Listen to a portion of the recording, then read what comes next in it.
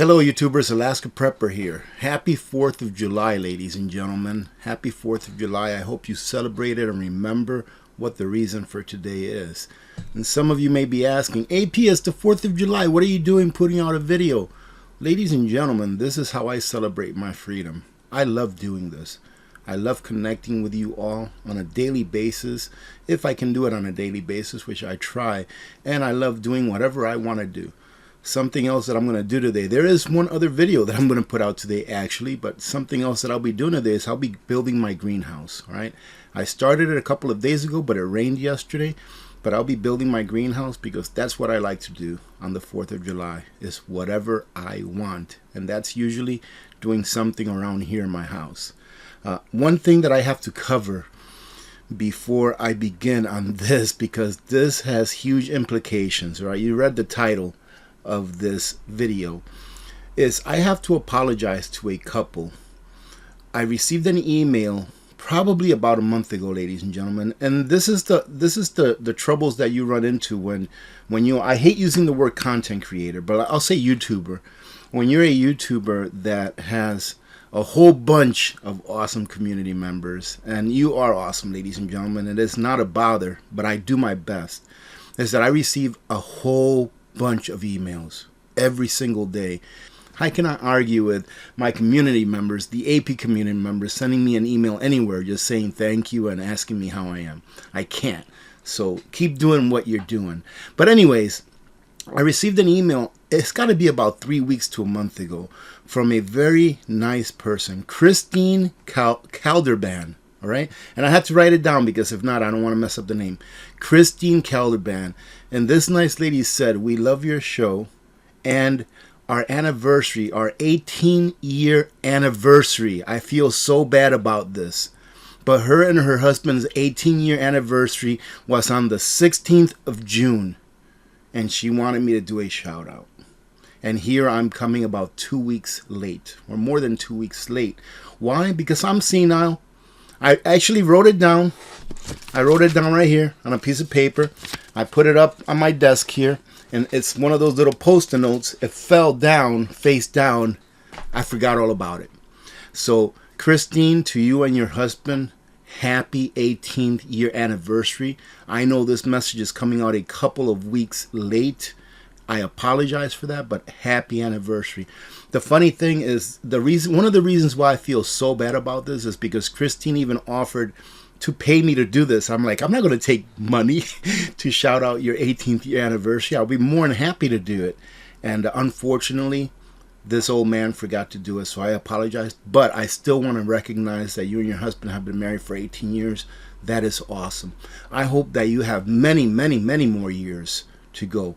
Myself and Mrs. Alaska Prepper just celebrated our 30th year anniversary here in June as well.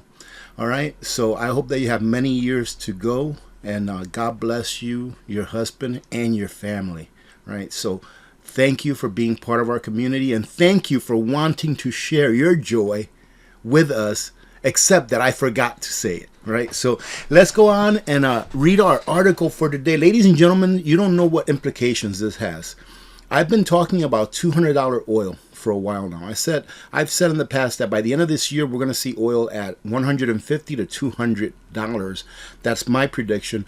However, there are different things that can happen, and I'm going to show you something that's going to let me know whether oil is going to go even higher or maybe even come down a little towards the end of this video here. But there's actually two different things I want to cover in this video. And this is the first one, is oil prices could reach $380 a barrel if Russia cuts supplies further. And unfortunately, we here in the West are helping the oil prices go up by the sanctions that we are putting on the exports of oil from Russia. And at the same time, Russia is making more money than they ever have through the sale of oil, even though it is being sold at a discount, ladies and gentlemen. So who is winning and who is losing? And here it says, ladies and gentlemen, analysts have warned that oil could rise to stratospheric levels in response to sanctions imposed by Western nations. What I think, and this next article that I'm going to go over with you quickly, I'm not going to read it, I'm just going to show it to you.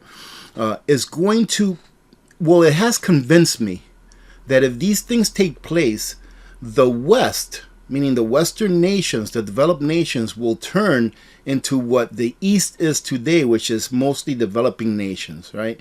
Not all of them, but mostly developing nations. That's what it tells me, is that there is going to be a shift in the standard of living, all induced by policies that have been set forth by governments, ladies and gentlemen. So think about that. The authors of a new report by J.P. Morgan Chase predicted that global oil prices could hit an eye-watering high of $380 per barrel if Russia responds to sanctions with reductions in their crude oil output. And why wouldn't they? Really, why wouldn't they? They're not being allowed to pay their bills, right? Because their assets have been frozen, via the central banks. Why should they only produce the things that we tell them they can produce? Are they their own country or not?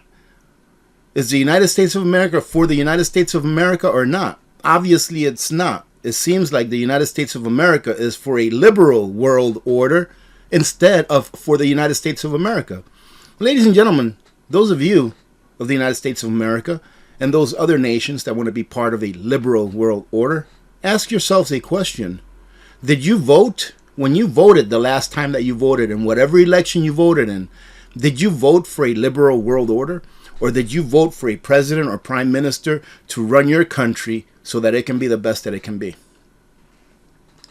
The analysts argue that the most obvious and likely risk with the price cap is that Russia might choose not to participate and instead retaliate by reducing exports.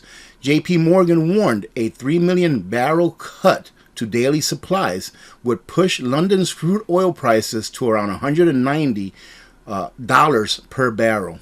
A reduction of 5 million barrels a day would translate to a price of 380 pounds a barrel, according to Bloomberg.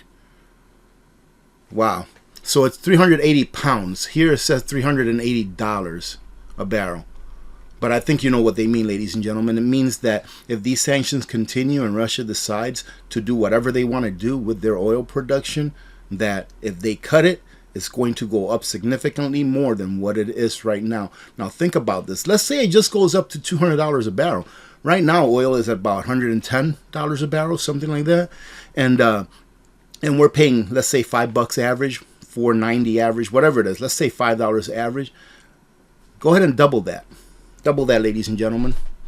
All right. And let's go ahead and go over this other article real quick, because this, ladies and gentlemen, will definitely, in my opinion, mean the end of Western hegemony throughout the world. This is how things will actually shift from the West leading the world to the East leading the world. I don't think that any faction should lead anything. We should all be allowed to be. However, reality is reality, right, ladies and gentlemen? Massive implications. Saudi Arabia in discussion to join Brics coalition. The outcome would be global energy and economic cleaving. Ladies and gentlemen, let me give you a very quick history lesson. It won't take long. Back in 71, Nixon took us off the gold standard. Why? Because they've been caught. They were caught printing more money than what they had gold to back it up. Once upon a time, gold actually backed up dollars, meaning that the United States could only print so many dollars as how much gold we had. The more gold we had in reserve, the more dollars they can print. The less dollars they can print. Well, other nations caught up to the fact that we were printing a lot more than what we should have for the amount of gold we had. And they said, hey, let me go ahead and start returning your Federal Reserve notes, and I want my gold back. It came to a point where our gold reserves were drawn down, I think, by about 60 or 70%, from 20,000 tons, I think it was, to like 8,000 tons. And Nixon finally said, we don't have enough gold to give out if everyone else turns in their money. Why? Because they cheated the people that were holding Federal Reserve notes by printing more than what there was gold to back it up. So what happens? He had to take us off Bretton Woods, meaning he took us off the gold standard. Why? Because governments are thieves and they steal your labor by printing too much money. But I digress.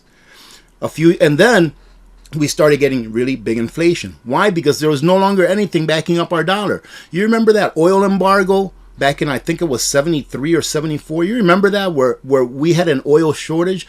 That was not an oil shortage. We had tankers sitting off the coast. It's because those nations that were importing or exporting their oil for us to import would not take the dollar. That's what it was. So what did Kissinger do? Kissinger, I believe, was Nixon's Secretary of State back in 73, 74. What did he do? He went to Saudi Arabia. He said, hey, Saudi Arabia, check this out. You have a problem and we have a solution for you, and we have a problem and you have a solution for us. Let's talk about it. What we'll do is we will provide you with arms and we will provide you with military security if you make the OPEC nations, those nations that sell oil, if you make them sell their oil only in dollars. So they said, hey, that's a great deal. So ever since then, we've been providing military support and military arms to Saudi Arabia. And you can see right now what they're doing with those military arms by devastating the people of Yemen and starving them to death. And whatever, I digress. All right, I'll get on a rant on that. But we've been doing this deal for decades now. Well, guess what? Saudi Arabia, not too long ago, all right, just a few months back, they made that same deal with Russia. Okay, ladies and gentlemen, they made that same deal with Russia. So what does that mean to us? Ever since they made that deal with Russia, our president's already called them 2 or 3 times asking them to increase oil production, and they said, nope, sorry, we're not going to do it. So what does that mean, ladies and gentlemen? If they're now dealing with Russia and not with the United States when it comes to their military security and arms. So now they're playing both sides. They're getting arms from Russia, they're getting arms from the U.S. But now that they're talking about joining the Brics nation, which is a group of nations that are on the opposite side of the economic spectrum that we are in, what do you think is going to happen? Eventually, Saudi Arabia will stop the OPEC nations from having to accept dollar for oils. When that happens, ladies and gentlemen, we will become a third world country. Why? Because we cannot afford our debt. As it stands right now, we cannot afford our debt. But when there is less and less value to the dollar because other countries just don't need it, and they can bypass our system, the SWIFT system, by just going to BRICS nations, then our dollar will be worthless because we produce nothing. And I'm going to finish it off with this, ladies and gentlemen. This puts everything together into what I've been saying about that we will become a third world nation, or have the standard of living of that of a third world nation as we know it now. China's invitation to the Kingdom of Saudi Arabia to join the BRICS confirms that the kingdom has a major role in building the new world and became an important and essential player in global trade and economics. This accession, if Saudi joins it, will balance the world economic system, especially since the Kingdom of Saudi Arabia is the largest exporter of oil in the world, and it is in the G20. What do they mean, will balance the world economic system? What it means is taking power away from the U.S. Federal Reserve note, from the Federal Reserve note, which is the reserve currency of the world. It will balance the world. What they are talking about is that we are going to no longer have a petrodollar, right? Let me carry on. Hamed said, if it happens, this will support any economic movement and development in the world trade and economy, and record remarkable progress in social and economic aspects, as Saudi Arabia should have partnerships with every country in the world. So no longer will the OPEC nations cater to the Federal Reserve now. This is what they're saying. That would essentially be the end of the petrodollar. In even more consequential terms, the end of the United States' ability to use the weight of the international trade currency to manipulate foreign government. We have been digging our own graves, ladies and gentlemen. I'm not talking as you or I. I'm talking we as the United States government. They've been digging our graves for us by abusing the power which they've been endowed by having the world reserve currency, by bullying nations. This is not who we are as a people, but our government acts on our behalf by bullying the world nations. We are now used to the standard of living that we have here today, but that will go away because of the malfeasance of the United States government in abusing its power. The global economic system would have an alternative. The fracturing of the world created an outcome of energy development would be guaranteed. There you go, ladies and gentlemen. Just prepare. Continue to prepare. There's nothing that we can do this on an individual basis as far as what the government's doing on behalf of the American people. And it's really not on behalf of the American people, as stated by the President of the United States himself, that it is on behalf of a world liberal order. This is why we prepare, ladies and gentlemen. And it may not happen tomorrow or the day after, but this will happen. Why? Because eventually, and you all know this to be a fact, eventually the biggest bully in the playground gets his nose punched and he goes crying to mama. And that's what's happening right now. Having said that, have a great 4th of July. God bless every one of you, and God bless these United States of America.